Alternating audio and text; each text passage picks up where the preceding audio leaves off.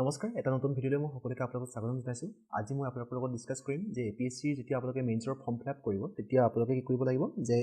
যিবোৰ কেডাৰ যিবোৰ পোষ্ট হয় বা যিবোৰ কেডাৰ বুলি কয় APSC তেওঁলোকে আপোনালোকে সেইখিনি চিলেক্ট কৰিব লাগিব। অৰ্থাৎ আপোনালোকে কোনটো পোষ্ট প্ৰথমে ল'ব, কোনটো পোষ্ট আপোনালোকে পিছত প্ৰিফাৰেঞ্চ দিব, অৰ্থাৎ আপোনালোকে প্ৰিফাৰেঞ্চটো দিব লাগিব। এই ভিডিঅ'টোত আমি কোনকেইটা প্ৰিফাৰেঞ্চ দিলে অৰ্থাৎ কোনকেইটা পোষ্টৰ প্ৰিফাৰেঞ্চ দিলে আপোনালোকৰ বেছি সুবিধা হ'ব বা কেনেকৈ আপোনালোকে প্ৰিফাৰেঞ্চখিনি দিব পাৰে বা কেনেকৈ দিব লাগে সেইখিনি কথা অলপ ডিছকাছ কৰিবলৈ চেষ্টা কৰিম। আপোনালোকে যদি মেইনছৰ যিখন ফৰ্ম ফিল আপৰ নটিছ আছিলে সেই নটিছখন যদি চাই তেতিয়াহ'লে দেখিব যে তাত কৈছিলে যে আপোনালোকে কি কৰিব লাগিব 18 তাৰিখৰ পৰা যি ফৰ্ম ফিল আপ হ'ব সেই ফৰ্ম ফিল আপৰ সময়ত আপোনালোকে যিটো কেডাৰ হয় সেই কেডাৰটো বা যিটো পোষ্ট হয় সেই পোষ্টৰ আপোনালোকে প্ৰিফাৰেঞ্চ দিব লাগিব। আৰু যদিহে পোষ্টখিনি চাই তেতিয়াহ'লে দেখিব যে 13টা পোষ্ট আছিলে টোটেল। আৰু এই পোষ্টসমূহৰ ভিতৰত কি হয়, প্ৰথমে আছিলে ACS, APS, অফক'ৰ্ছ এইখিনি জুনিয়ৰ গ্ৰেডৰ হয়, superintendent of tax excise, Assam finance service, BDO, assistant registrar of cooperative societies, inspector of labour and inspector of taxes, assistant employment officer, sub registrar, assistant account officer আৰু inspecting auditor. এইখিনি total post আছিলে। আৰু প্ৰত্যেকটো কেটেগৰীৰ কাৰণে আপোনালোকে দেখিছে OBC, SC, ST, P, ST, ES সকলোখিনিৰ কাৰণে কি কৰিছে যি পোষ্ট আছে সেই পোষ্টখিনি ইয়াত দিয়া হৈছে। চ' এতিয়া কথা হ'ল যে আপোনালোকে যিখিনি পোষ্ট হয় সেই পোষ্টখিনি কেনেকৈ চিলেক্ট কৰিব। প্ৰথম কথা, যেতিয়া আপুনি কোনো এটা পোষ্ট চিলেক্ট কৰিব সেই পোষ্টখিনি চিলেক্ট কৰাৰ আগত প্ৰথম কথা হ'ল হৈছে যে আপোনাৰ ড্ৰিম, আপোনাৰ যিটো এইম, অৰ্থাৎ এই যিটো পৰীক্ষা আপুনি দিলে, প্ৰিলিমছ পৰীক্ষা পাছ কৰিলে, আপোনালোকে এতিয়া মেইনছ পৰীক্ষা লিখিবলৈ গৈ আছে, তাতো কিছুমান আপোনালোকৰ এইম আছিলে। সেই এইমটো কি আছিলে আপোনালোকে নিজে এবাৰ নিজক ভাবক, নিজেই সোধক যে আপোনাৰ এইমটো কি আছে, যে আপুনি কি হ'ব বিচাৰিছে, নিজক লৈ কি হিচাপে আপোনালোকে দেখিব বিচাৰিছে। চ' আপোনাৰ যিটো এইম আছে সেই এইমটোৰ ওপৰত প্ৰথমে আপুনি সেই বস্তু প্ৰিফাৰেঞ্চ কৰিব। অৰ্থাৎ কিছুমানে এনেকুৱা হ'ব পাৰে যে কিছুমানে নিজক পুলিচৰ পোছাকত দেখি ভাল পাব পাৰে। চ' তেওঁলোকৰ কাৰণে অফক'ৰ্ছ APS তেওঁলোকৰ কাৰণে ফাৰ্ষ্ট প্ৰিফাৰেঞ্চ হ'ব। তাৰপিছত তেওঁলোকে বাকী যিকেইটা পোষ্ট আছে সেই পোষ্টখিনি তেওঁলোকে দিব পাৰে। আৰু এটা কথা, সাধাৰণতে কি হয় যে বেছিভাগ ষ্টুডেণ্টে কি কৰে যে প্ৰথম ACS দিয়ে, তাৰপিছত APS দিয়ে বা বেলেগকৈ তেওঁলোকৰ যিখিনি প্ৰিফাৰেঞ্চ আছে সেই প্ৰিফাৰেঞ্চখিনি দি যায়। কিন্তু যদিহে আপুনি ACSৰ পৰিৱৰ্তে বেলেগ এটা পোষ্ট দিয়ে, মই দেখিব যদিহে আপুনি ACSৰ পৰিৱৰ্তে বেলেগ এটা পোষ্ট দিয়ে তেতিয়াহ'লে কি হয়, ভাইভাত সেই বস্তু কি কাৰণে দিলে তাৰ ওপৰত প্ৰশ্ন আপোনালোক সুধিব, অফক'ৰ্ছ সুধিব। আৰু যেতিয়া সেইটো আপোনালোকে অফক'ৰ্ছ প্ৰিপেয়াৰ কৰি যাব তেতিয়া গোটেই ভাইভাটো আপোনালোকে কি কৰিব পাৰিব, নিজৰ কণ্ট্ৰলত লৈ যাব পাৰিব। অৰ্থাৎ কি ধৰণৰ প্ৰশ্ন সুধিব, কেনেকুৱা ধৰণৰ উত্তৰ দিব, আপুনি আগতে এটা প্ৰিপেৰেশ্যন কৰি যাব পাৰিব। সেইকাৰণে যিসকলে ACSটোক ইমান বেছি গুৰুত্ব বুলি নাভাবে তেতিয়াহ'লে তেওঁলোকে APS বা বেলেগ এটা পোষ্ট প্ৰথম প্ৰিফাৰেঞ্চ দিব। তেতিয়াহ'লে কি কৰিব যে গোটেই ভাইভাটো আপোনাৰ নিজৰ কণ্ট্ৰলত ৰাখিব। আৰু তেতিয়া কি হয় যে আপোনাৰ যিটো মাৰ্কছ সেই মাৰ্কছটো অলপ সাধাৰণতে বেছি হয়। আৰু যোৱাবাৰ যদিহে চাই যে মোৰ এইটো টিপছতে মই 175 মাৰ্কছ মই পাইছিলোঁ, যদিও ক্লিয়াৰ নহ'ল তথাপিও এটা ভাল মাৰ্কছ আছিলে। 2 নম্বৰ কথা, যেতিয়া আপুনি গম পালে যে আপোনাৰ ড্ৰিম হৈছে আমুক, আপোনালোকৰ যিকোনো এটা ড্ৰিম থাকিব। চ' সেই ড্ৰিমটো যেতিয়া আপোনালোকে ফিল আপ কৰিলে, বাকী নিশ্চয় দেখিছে 13টা পোষ্ট আছে, চ' বাকী 12টা পোষ্ট কেনেকৈ দিব। সেই পোষ্টখিনি দিয়াৰ কাৰণে কি কৰিব লাগিব যে ভেকেঞ্চিটো বহুত ইম্পৰ্টেণ্ট হৈ যায়। কাৰণ কিছুমান আপোনালোকে দেখিছে এইফালে কিছুমান পোষ্টত ভেকেঞ্চিয়ে নাই। উদাহৰণস্বৰূপে যদিহে চাই যে অ'পেন কেটেগৰীৰ কাৰণে চুপাৰিনটেণ্ডেণ্ট অফ এক্সাইজ, তাততো তেওঁলোকৰ কোনো ভেকেঞ্চি নাই, টেক্সত কোনো ধৰণৰ ভেকেঞ্চি নাই। চ' যদিহে এইকেইটা পোষ্ট আপুনি প্ৰথমে দি দিয়ে তেতিয়াহ'লে কি হ'ব যে আপোনাৰ যিটো পোষ্ট হয় সেইটো পোষ্টটো সাধাৰণতে ৱেষ্ট কৰা দেখা পোৱা যাব। আৰু হয়তো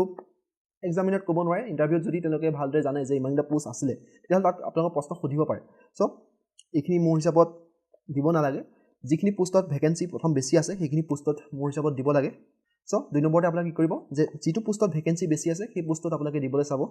3 নম্বৰতে ৱৰ্ক ষ্ট্ৰাকচাৰটো সাধাৰণতে কি হয় যে এইমৰ লগতে সাধাৰণতে জড়িত হৈ থাকে। কি কাৰণে জড়িত হৈ থাকে, কিছুমানে কি কৰে যে ফিল্ডত ঘূৰি বেছি ভাল পায়। চ' যদিহে আপোনালোকে ফিল্ডত থাকিবলৈ বিচাৰে তেতিয়াহ'লে APS দিব পাৰে বা ACS দিব পাৰে। ACSটো সাধাৰণতে অলপ ফিল্ডৰ হয়, এটা অফিচ জবো হয়। চ' এইটো আপোনালোকে দিব পাৰে বা BDO দিব পাৰে, BDOখিনি অলপ ফিল্ডত যাবলগীয়া হৈ যায়। চ' এইখিনি কথা আপোনালোকে এবাৰ চাই ল'ব। কিছুমানে হয়তো অফিচত থাকি বেছি ভাল পায় বা কিছুমানে কাম কৰিব বেছি নিবিচাৰে। চ' তেওঁলোকে কৰিব পাৰিব যে ইন্সপেক্টৰ অফ লেবাৰ এটা বেষ্ট চইচ হয়। ইয়াৰ পিছত আমি চাব লাগে যে যিটো আমাৰ স্কিল, অৰ্থাৎ আপোনালোকে যেতিয়া কাম কৰাৰ পিছত আপোনালোকক এটা নিশ্চয়ভাৱে দৰমহা পাব লাগিব। আৰু APSCয়ে যদিহে চাই তেতিয়াহ'লে দেখিছে যে একেটা পৰীক্ষাতে 13,300ৰ পৰা কি হয় 9,100 গেট পে'লৈকে তেওঁলোকে পৰীক্ষাটো পাতে। চ' যদিহে আপুনি প্ৰথমে এটা 9,100 গেট পে'টো আপুনি পৰীক্ষাত দিলে, যে 9,100ৰ কাৰণে যিটো গেট পে' আছে, যিটো পোষ্ট আছে এছিষ্টেণ্ট একাউণ্ট অফিচাৰ, এই বস্তু যদি আপুনি প্ৰথমে চইচ দি দিয়ে আপোনাৰ কি হ'ব, যদি ভাল মাৰ্কছ পায় আপুনি প্ৰথম চইচ সেইটো পাই যাব। চ' আপোনাৰ এই পোষ্টটোৰ কাৰণে চিলেক্ট কৰি দিব। তেতিয়াহ'লে পিছত যদি আপুনি ACSও দি দিয়ে, 2 নম্বৰ প্ৰিফাৰেঞ্চত যদি আপুনি ACSও দিয়ে আৰু যদি আপুনি প্ৰথম টপাৰো হয় তেতিয়াহ'লে কি হ'ব, আপুনি 9,100 গেট পে' পাই যাব। চ'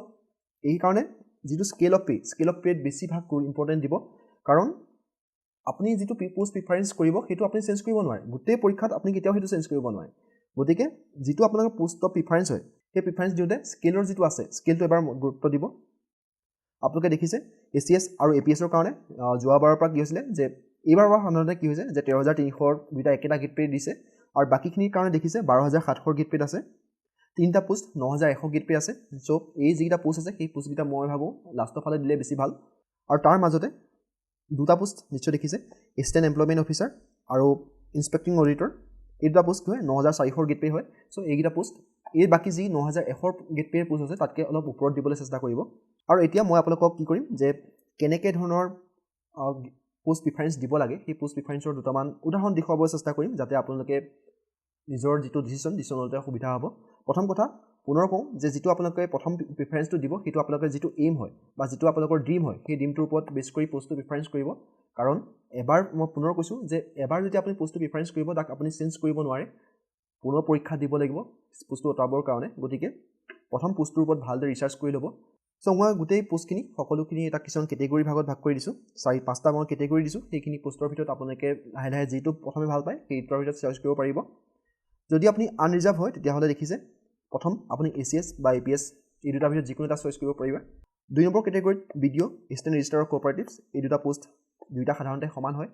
তেওঁলোকৰ যিটো গেট পে দুইটা সমান হয় আৰু এটা কথা মনত ৰাখিব ইয়াত কিছুমান দুটা তিনিটা পোষ্ট থাকি গৈছে মই এইটো মোহাই দিছোঁ এবাৰ 2 নম্বৰ কেটেগৰীত কি হয় যে SP tax excise Assam finance service এইখিনি পোষ্ট হৈ যায় কিন্তু সাধাৰণতে যদিহে চাই যে এই যিখিনি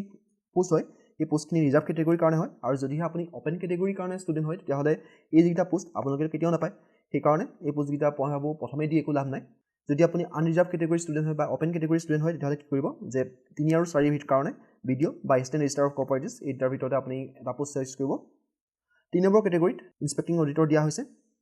সেই পোষ্টটো আপুনি চইচ কৰিব পাৰে 4 নম্বৰ কেটেগৰীত যিটো 9100 গ্ৰেড পেৰ যিটো পোষ্ট আছে সেই পোষ্টখিনি দিয়া হৈছে তাৰ ভিতৰত আপোনালোকে চইচ কৰি ল'ব আৰু 5 নম্বৰত এইখিনি পোষ্ট কি হয় অপেন কেটেগৰীৰ কাৰণে নাই আৰু এই পোষ্টকেইটাও আপোনালোকে যেহেতু এৰিব নোৱাৰিব সেইকাৰণে আপুনি একেবাৰে লাষ্টৰ ফালে দি দিব যিকল OBC বা MOBC কেটেগৰী আছে তেওঁলোকৰ যিটো ফাৰ্ষ্ট প্ৰিফাৰেঞ্চ সেইটো ACS আৰু APSৰ ভিতৰত দিব তাৰ পিছতে তেওঁলোকৰ কাৰণে কেটেগৰী B হৈছে কি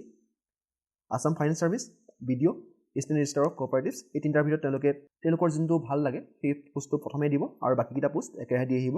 3 নম্বৰ কেটেগৰীত এছিষ্টেণ্ট এমপ্লয়মেণ্ট অফিচাৰ আৰু ইনস্পেক্টিং অডিটৰ দিব পাৰে 4 নম্বৰ কেটেগৰীত inspector of tax labour sub registrar assistant account officer এইকেইটা পোষ্ট আপোনালোকে দিব পাৰে আৰু 5 নম্বৰ কেটেগৰীত SP টেক্স আৰু এক্সাইজ দিব পাৰে কাৰণ এইকেইটা পোষ্ট তেওঁলোকৰ হাততো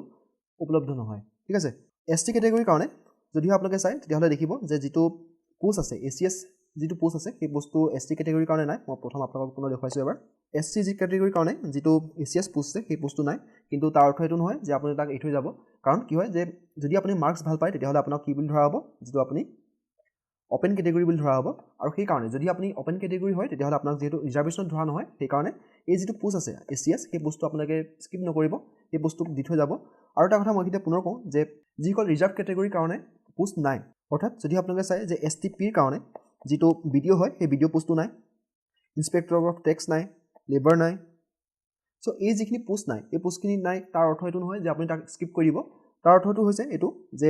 যেহেতু এই পোষ্টসমূহ কি হৈছে অপেন কেটেগৰীত আছে সো সেই পোষ্টসমূহ আপোনালোকৰ আছে বুলি ধৰি ল'ব আৰু তাৰ যিটো গেট পে সেই গেট পেৰ ওপৰত বেছ কৰি আপোনালোকে কি কৰিব তাৰ যিটো প্ৰিফাৰেঞ্চ সেই প্ৰিফাৰেঞ্চটো আগৰ পিছকে দি যাব আৰু ঘূৰি যাওঁ SCৰ কাৰণে সো SCৰ কাৰণে যি ACSটো তেওঁলোকৰ নাই তথাপিও ACSটো তেওঁলোকে যদি বিচাৰে প্ৰথম প্ৰিফাৰেঞ্চ দিব পাৰে আৰু সেইটো কাৰণে কোৱা কৈছিলোঁ যে আপোনালোকৰ যিটো ড্ৰিম হয় সেই ড্ৰিমটোৰ ওপৰত বেছ কৰি আপোনাৰ যিটো ফাৰ্ষ্ট প্ৰিফাৰেঞ্চ সেই ফাৰ্ষ্ট প্ৰিফাৰেঞ্চ দিব আৰু ACSৰ লগত আপোনালোকে APSটো প্ৰথম দিব পাৰে তাৰপিছত যিখিনি আছে যে B কেটেগৰীত SP tax SP excise assistant finance service BDO এইকেইটা পোষ্ট দিব assistant employment officer inspecting auditor inspector of tax inspector of labour এইকেইটা পোষ্ট আপোনালোকে দিব ইয়াৰ পিছত এদায় হোৱাৰ পিছত সাব ৰেজিষ্ট্ৰাৰ আৰু এছিষ্টেণ্ট একাউণ্ট অফিচাৰ দিব আৰু যদি কিবা পোষ্ট লৈ যায় সেই পোষ্টখিনি আপোনালোকে পিছত দি যাব পাৰিব যিসকল STP STS আৰু এক্স সাৰ্ভিসমেন আছে তেওঁলোকে ইতিমধ্যে দেখুৱালোঁ কেনেকৈ দিব লাগে সো এইকেইটা ওপৰত বেছ কৰি তেওঁলোকেও দি যাব কাৰণ ভিডিঅ'টো ইতিমধ্যে বহুত দীঘল হৈ গৈছে গতিকে মই আৰু বেছি দীঘল নকৰোঁ সো এইখিনি কথা আপোনালোকে মন ৰাখিব আৰু এইখিনি কথা মন ৰাখি আপোনালোকে যিটো পোষ্ট হয় সেই পোষ্টখিনি প্ৰিফাৰেঞ্চটো দিব